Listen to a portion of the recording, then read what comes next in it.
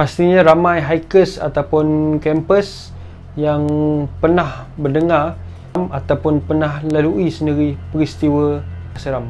Cerita ni saya pernah ceritakan di Facebook saya dan di blog Kembara Trekking. Tapi cerita tu disampaikan secara penulisan. Kali ni saya akan sampaikan cerita ni dalam bentuk video.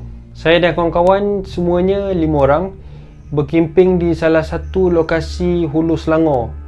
Okey, nama tempat ni adalah Batang Kali. Okey, tempat ni bukan pertama kali pergi, kali keempat. Okey, saya pergi. Yang pertama dengan ramailah kawan-kawan, dalam 6-7 orang. Okey, tapi time tu kita orang just mandi-mandi, tak camping lah. Yang kedua, saya camping. Okey, camping tapi camping memang bukan dekat belah dalam lah. Kita camping dekat belah-belah luar tu. Okey, yang dekat dengan kedai-kedai kan.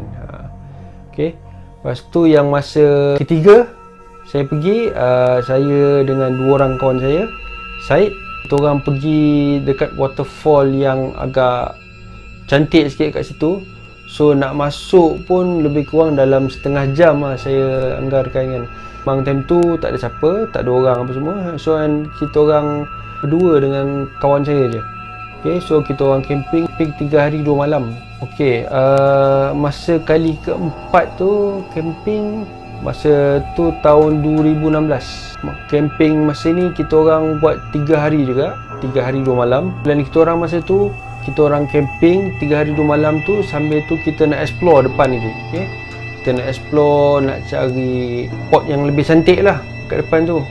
Okay, kita orang decide untuk pergi kawasan yang bukan tapak camping, kawasan yang dalam sikit lah.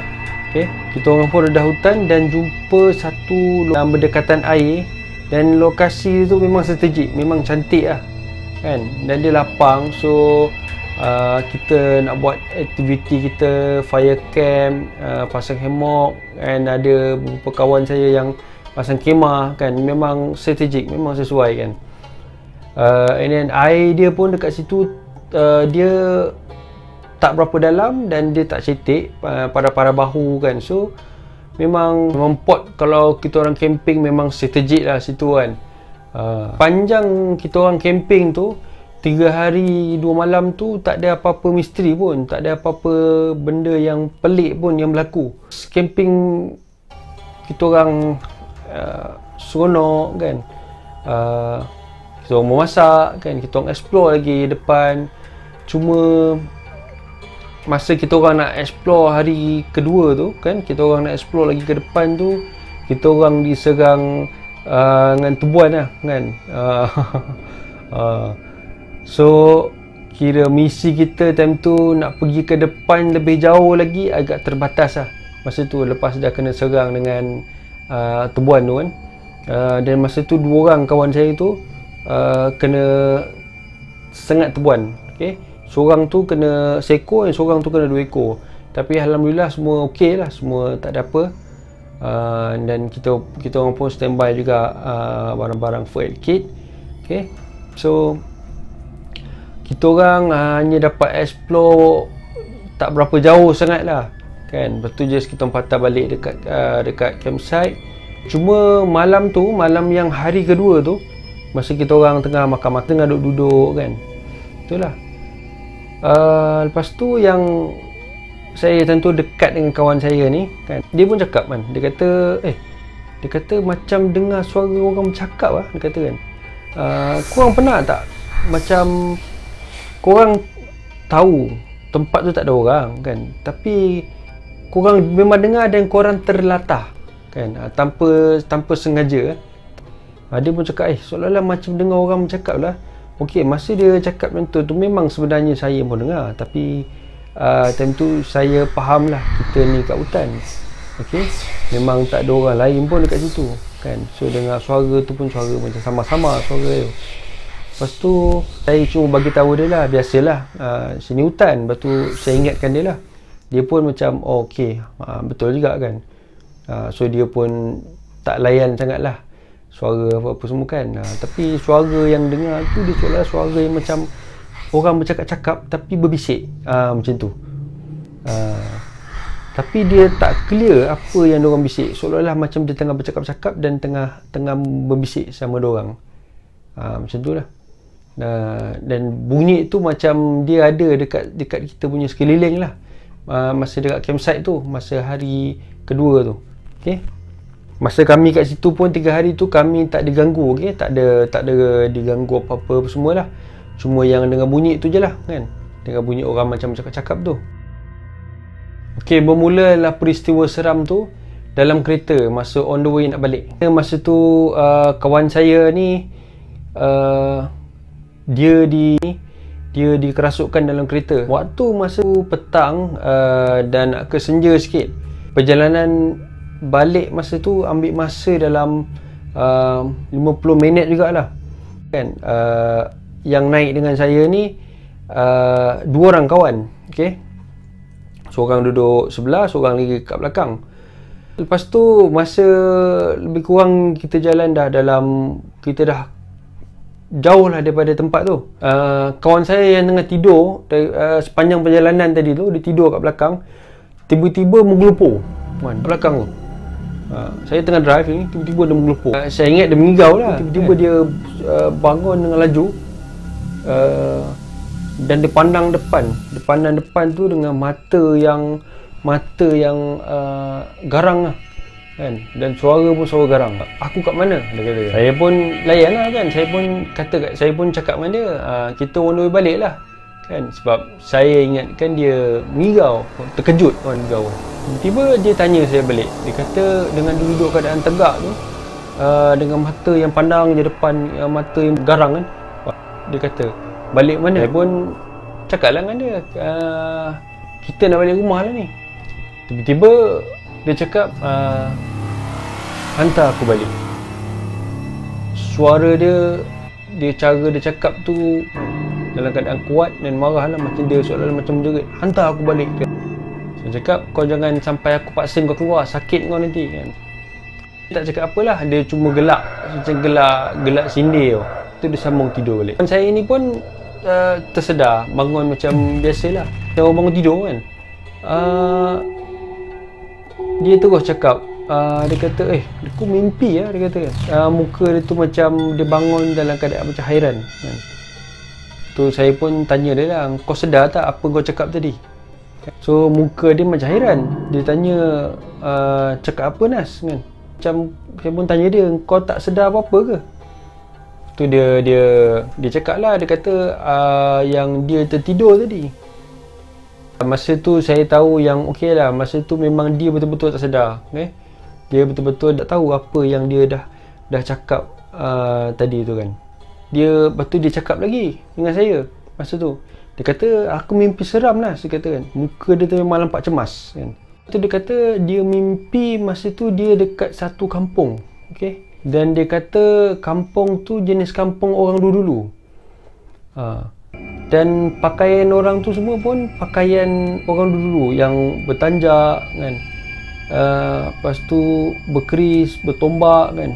Macam orang dulu-dulu kan. Dan diorang ni nampak dia kat situ. Masa nampak dia kat situ, diorang menjerit dekat dia sambil kejar. Ramai-ramai tu kejar dia. Masa dia lari tu, terkejut tu, dia terbangun kan. Dia cerita mimpi dia. Lepas tu dia cerita macam tu lah. So saya pun macam tu, saya tak cerita kat dia apa yang dia cakap apa semua kan. Saya pun diam dulu, tengok dia pun dah okey kan. So saya tak nak ingatkan dia benda tu lagi kan. So saya pun tak ada cakap apa lah kan. Sebab kita orang pun tentu masing-masing tengah penat kan. Okay, lepas tu lepas kita dah balik apa semua, 2 hari lepas tu dia ada cerita lah. Dia kata badan dia rasa lemah, lepas tu rasa berat.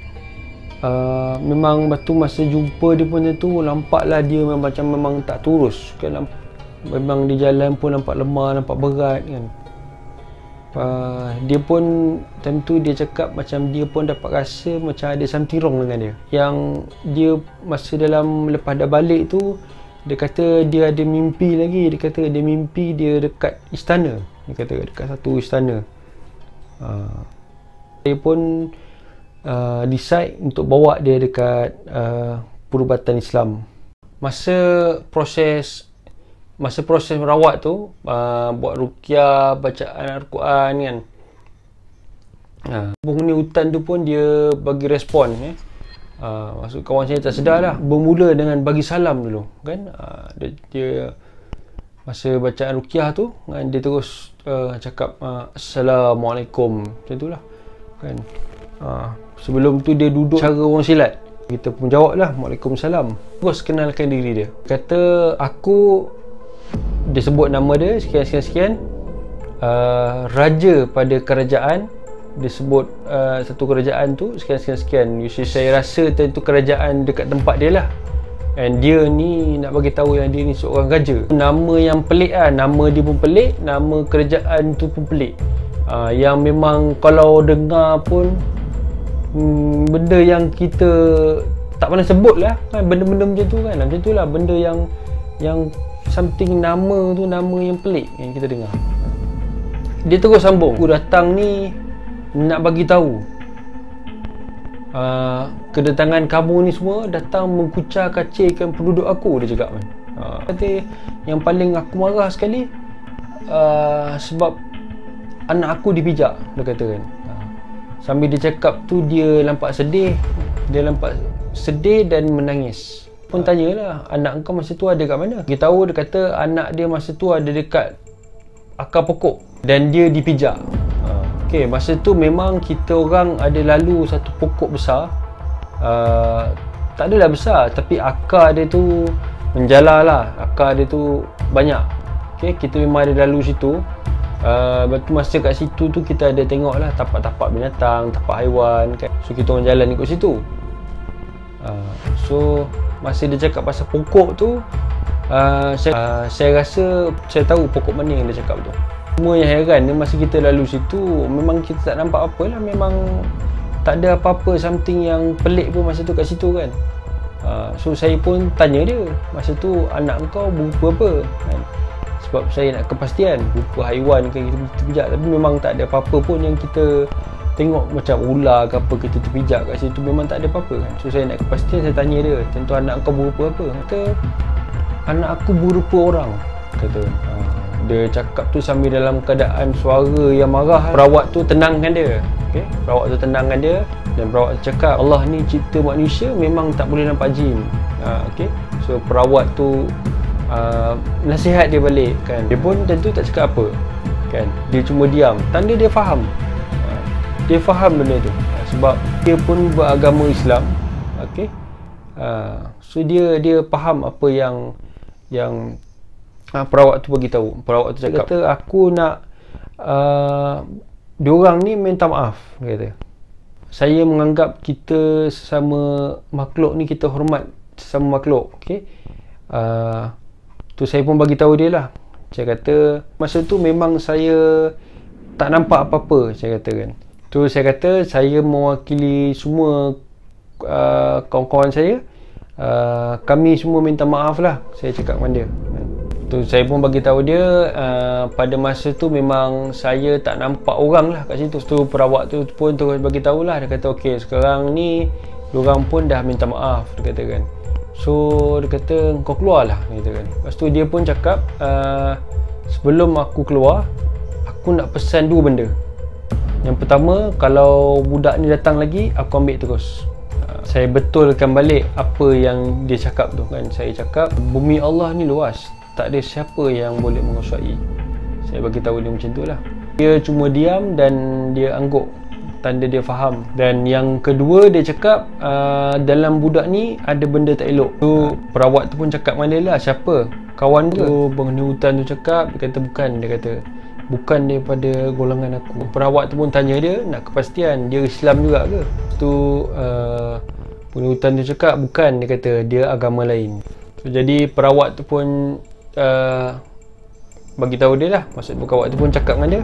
Dia kata kau kan raja, dia kata kan. So kau bawa lah dia keluar sekali. Maksud dia kau tarik lah dia keluar sekali. Lepas tu penghuni hutan tu diam sekejap. Dan dia bagi tahu, dia kata dia tak boleh. Kata yang boleh manusia. Perawat tu cakap bukan, dia kata yang boleh hanya dengan izin Allah. Aku cuma mampu ikhtiar je. Dan penghuni hutan tu cuma mengangguk, tanda dia faham tu dia terus bagi salam dan dia keluar. Okey, dia keluar sendiri dengan cara baik lah. Okey. Lepas masa dia keluar tu, lepas tu dalam badan kawan saya tu, jin yang lagi satu tu, dia rupanya daripada agama Majusi. Dia datang nak balas dendam kan. Memang dah lama dia ada dengan kawan saya ni, sebab kawan saya ni pernah bunuh anak dia yang waktu tu berupa ular. Okey, masa nak keluarkan jin Majusi ni memang ambil masa sikit, sebab dia degil dengan bahasa dia kan. Alhamdulillah akhirnya dia pun keluar juga kan. Lepas tu masa tanya kawan saya ni, dia kata dulu dia ada bunuh seekor anak ular. Yang rupanya dia pun tak tahu yang anak ular tu adalah rupaan jin sebenarnya. Okey, semua penempatan makhluk-makhluk memang ada. Cuma kita memang tak boleh nampak dengan mata kasar. Kadang-kadang kita pun tak perasan yang kita berada di wilayah mereka kan. Apa yang berlaku tu saya cuma anggap satu pelajaran, yang setiap sesuatu tu yang berlaku ada something yang kita boleh belajar. Penghuni hutan tu datang tu, dia cuma nak bagi tahu tu, dia tak minta apa, nak kita minta maaf.